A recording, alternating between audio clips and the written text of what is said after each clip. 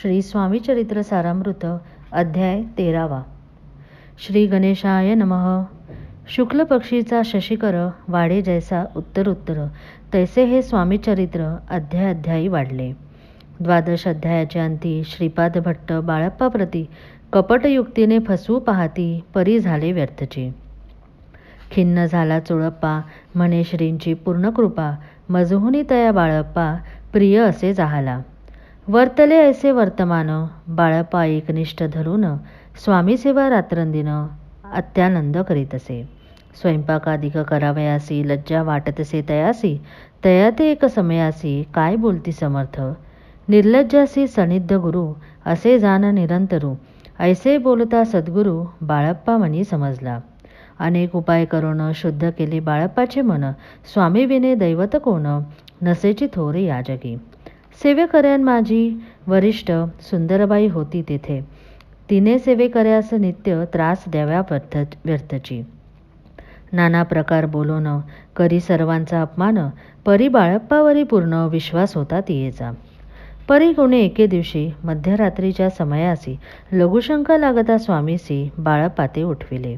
श्री ते धरून या करी घेऊन गेले बाहेरी पाहोनिया ऐशी परी बाई अंतरी कोपली. म्हणे याने येऊन स्वामी केले आपणा अधीन माझे गेले श्रेष्ठपण अपमान झाला. तैपासून बाळप्पासी त्रास देती अहद ऋषी गाऱ्हाणे सांगता समर्थांसी बाई ते शब्दे ताडिती. अक्कलकोटी श्री समर्थ प्रथमच ज्याचे घरी येतं तो चोळप्पा विख्यात स्वामी भक्त झाला. एक तपपर्यंत स्वामी सेवा तो करीत तयासी द्रव्यश बहुत असे सांप्रत लागले. दिवाळीचा सण येता राजमंदिरा माझी समर्थ राहिले असता आनंदात वर्तमान वर्तले. कोण्या भक्ते समर्थांसी अर्पिले होते चंद्रहारासी सणानिमित्त त्या दिवशी अंगावरी घालावा. राणीची या मनात विचार येता त्वरित सुंदराबाईशी बोलत चंद्रहार द्यावा की. सुंदराबाई बोलली तो आहे चोळप्पाजवळी ऐसे ऐकता त्या काळी जमादार पाठविला.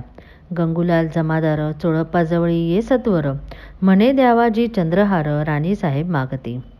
चोळप्पा बोले तयासी हार नाही आम्हापासी बाळप्पा ठेवितो तयासी तुम्ही मागून घ्यावा की. ऐसे ऐकून उत्तर गंगूलाल जमादार बाळप्पाजवळी येऊन सत्वर हार मागू लागला. बाळप्पा बोले उत्तर आपणापासी चंद्रहार परी चोळप्पाची त्यावर सत्ता असे सर्वस्वे. ऐसे ऐकून बोलणे जमादार पुसे चोळप्पा करणे जबाब दिदला चोळप्पाने बाळप्पा देती तरी घेईजे. ऐसे भाषण ऐकून जमादार परतून नृपमंदिरी येऊन वर्तमान सर्व सांगे. चोळप्पाची ऐकून कृती राग आला राणीप्रती. सुंदराबाईने ही गोष्टी तयाविरुद्ध सांगितल्या.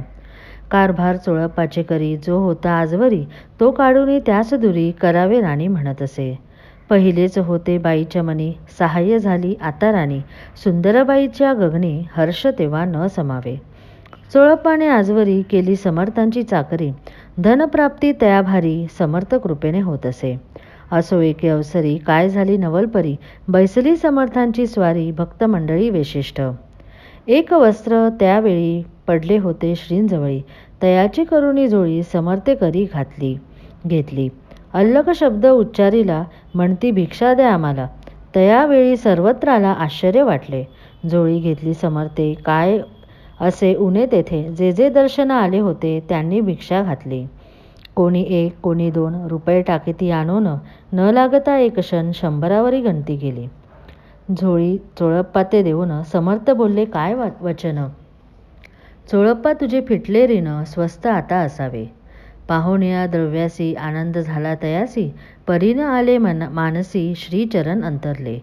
तयासी झाले मास 2 पुढे काय झाले वर्तमान राणीच्या आज्ञेने शिपाई 2 स्वामीजवळी पातले. त्यांनी उठवून चोळप्पासी आपण बैसले स्वामीपासे. चोळप्पाच्या मानसी दुःख फार झाले. स्वामी पुढे वस्तू येती त्या शिपाई उचलती चोळप्पा ते काही न देती ने तरी घेती हिरावणे. चोळप्पासी दूर केले बाईसी बरे वाटले.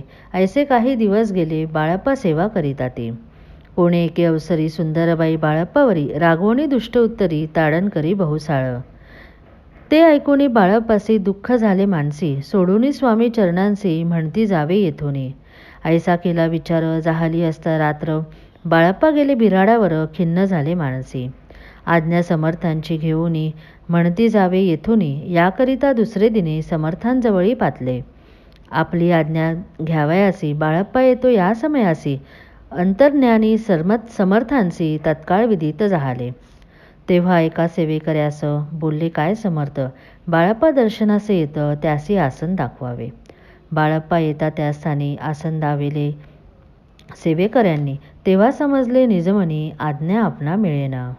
कोठे मांडावे आसन विचार पडला त्या लागून, तो त्याच रात्री स्वप्न बाळप्पाने देखिले. श्री मारुतीचे मंदिर स्वप्ने आले सुंदर, तेथे जाऊनी सत्वर आसन त्यांनी मांडिले. श्री स्वामी समर्थ या मंत्राचा जप करीत एक वेळ दर्शना येत, हिशेब ठेवीत जपाचा. काढून दिले बाळप्पासी, आनंद झाला बाईसी, गर्वभरे ती कोणासी मानी नशी झाली. सुंदरबाईसी करावे दूर, समर्थांचा झाला विचार, त्याप्रमाणे चमत्कार करून या दाविती. जे कोणी येती दर्शन येत त्यासी बाई द्रव्य मागत, धनधान्य साठवीत ऐशा प्रकारे करोनी. बाईची कृत्ये दरबारी विदित केली थोर थोरी, बाईने रहावे दुरी श्रीचरणांपासूनी. परी राणीची प्रीती बाईवरी बहु होती, या कारणे कोणाप्रती धैर्य काही होईना. अक्कलकोटी त्या अवसरी माधवराव बर्वे कारभारी, तयासी हुकूम झाला सत्वरी बाईसी दुरी करावे. परी राणीस भिवोनी तैसे न केले तयाने, समर्थ दर्शनासी एके दिनी कारभारी पातले. तयासी बोलती समर्थ, कैसा करिता कारभार, ऐसे ऐकून या उत्तर बर्वे मनी समजले. मग त्यांनी त्याच दिवशी पाठविले फौजदारासी, कैद करून या बाईसी आणावे म्हणती सत्वर. आज्ञेप्रमाणे सत्वर बाईसी बांधी फौजदार, बाई करी शोक फार घेत उर बडवूनी. फौजदारासी समर्थ काही एक न बोलत, कारकिर्दीचा अंत ऐसा झाला बाईच्या. स्वामीची या सेवेकरिता सरकारातून तत्वता पंच नेमूनी व्यवस्था केली असे नुपराये. मग सेवा करावयासी घेऊन गेले बाळप्पासी, म्हणती देऊ तुम्हासी पगार सरकारातूनी. बाळप्पा बोलले तयांसी, द्रव्यश नाही आम्हासी, आम्ही निर्लोभ माणसी स्वामी सेवा करू की. बाळप्पाचा जप होता पूर्ण, एक भक्तास सांगून करविले श्रींनी उद्यापन, हिशेब जपाचा घेतला. बाळप्पानी चाकरी एक तप सरासरी केली उत्तम प्रकारी, समर्था ते प्रिय झाले.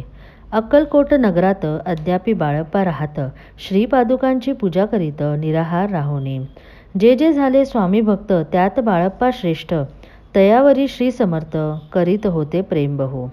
ऐसे बाळप्पाचे चरित्र वर्णिले असे संकलित, स्वामी चरित्र सारामृत चरित्र सार घेतले. दृढ निश्चय आणि भक्ती तैसी सद्गुरुचरणी आसक्ती, तेने येत मोक्ष हाती अन्न साधने व्यर्थची. दृढ निश्चयाचे उदाहरण हे चरित्र असे पूर्ण, श्रोती होऊनी सावधान श्रवणी आदर धरावा. उगीच करीती दांभिक भक्ती त्यावरी स्वामी कृपा न करीती, सद्भावे जे नमस्कारिती त्यावरी होती कृपाळू.